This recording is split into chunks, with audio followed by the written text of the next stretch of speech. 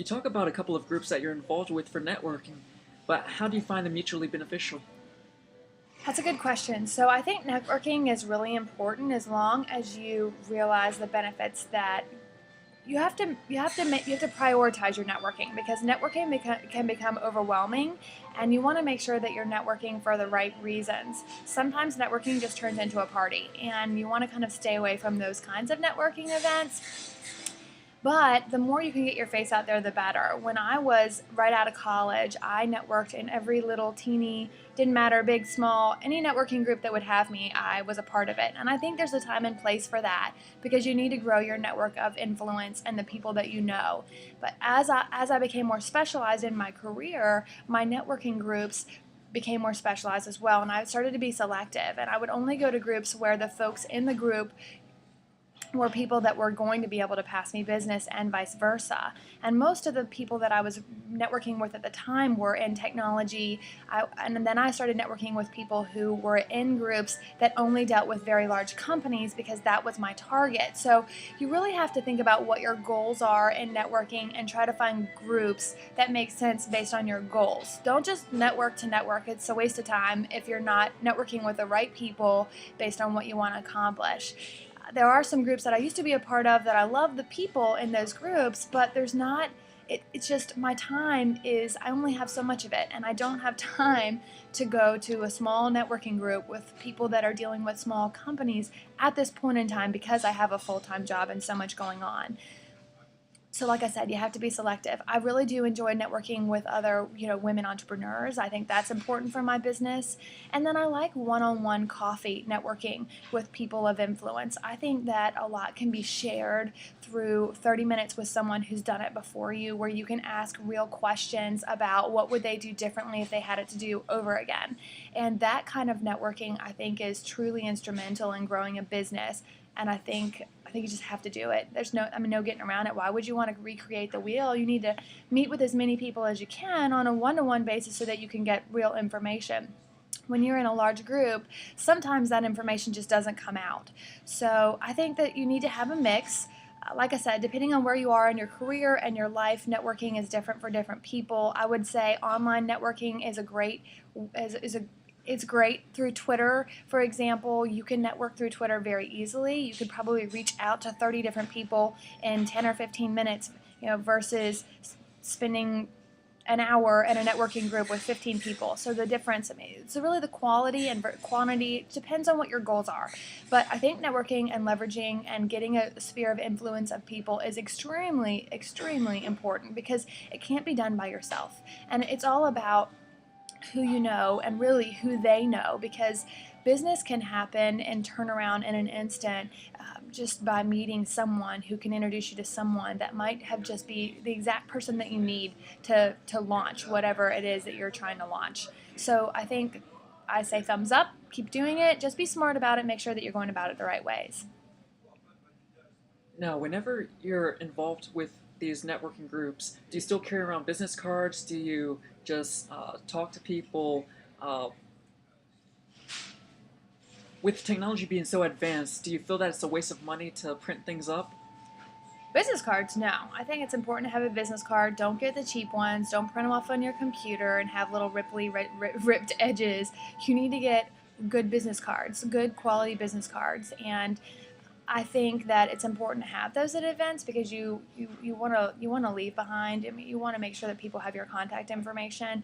Flyers and brochures and things like that. That stuff is never going to go away. I don't think it's not important to print those kinds of articles up if it makes sense for your business.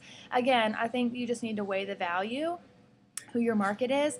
A lot of times when I go to wedding events, I'll just have a bright hot pink sheet of paper that's printed in black, and it gets people's eyes. People throw away that stuff a lot anyways. It's very inexpensive for me, and they read it, so it does what I need it to do. It's inexpensive. So, but I think again that's different for different people. I would say for networking groups, I lost track of the question. You Um, were asking about things to bring to networking groups. Oh, I would say a good book that you should read that will help you network and just engage with people in general is the new How to Win Friends and Influence People, which is How to Talk to Anyone. And I can't remember who it's by, but it's a bright yellow book. And the chapters are like 2 or 3 pages, so it's a no-brainer. I mean, you could put that thing in your purse or your briefcase or your backpack and read a chapter in 5 minutes and feel very accomplished. So it's a great book for networking and just in general how you should behave and treat people and how to really influence and have impact by changing small things that you do. And I think that can help in networking opportunities. So get it, How to Talk to Anyone, yellow book.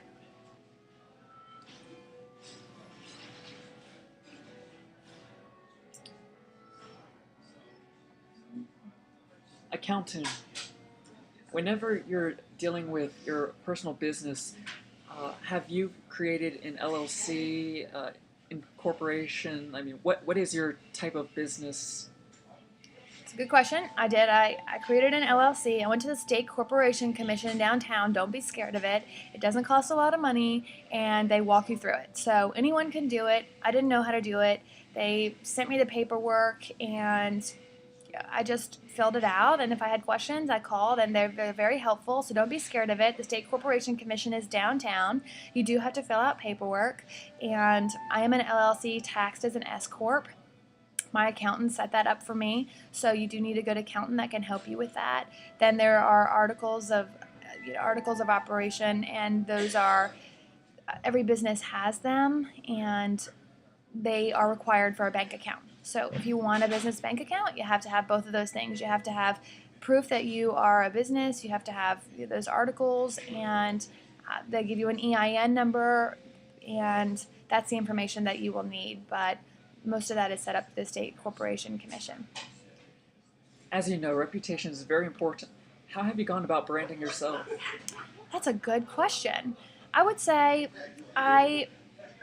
my reputation is that I give to others and I do for others. And if you give enough, then eventually it comes back to you. And I always have a lot of energy and I'm willing to put myself out there, but I'm humble. I stay away from arrogance because I really truly believe that this business is a community effort, and it couldn't have happened without all of the people and help that in my board and so much that is so beyond my control. So I feel like my personal brand, I just kind of grow the idea that giving back to the community and others will eventually grow my business even greater. And you just keep a level of integrity and enthusiasm and kind of peace and people see that, and that's the way that I branded myself and my company.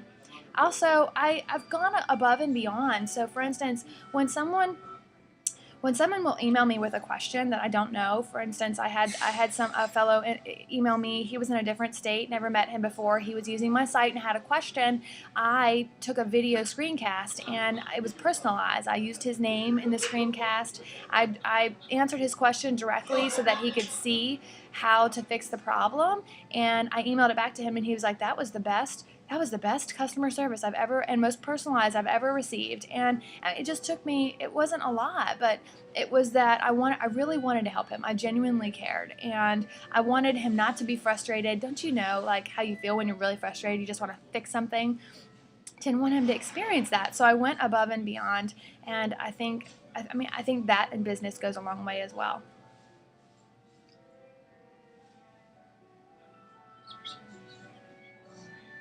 I think that's good. Okay.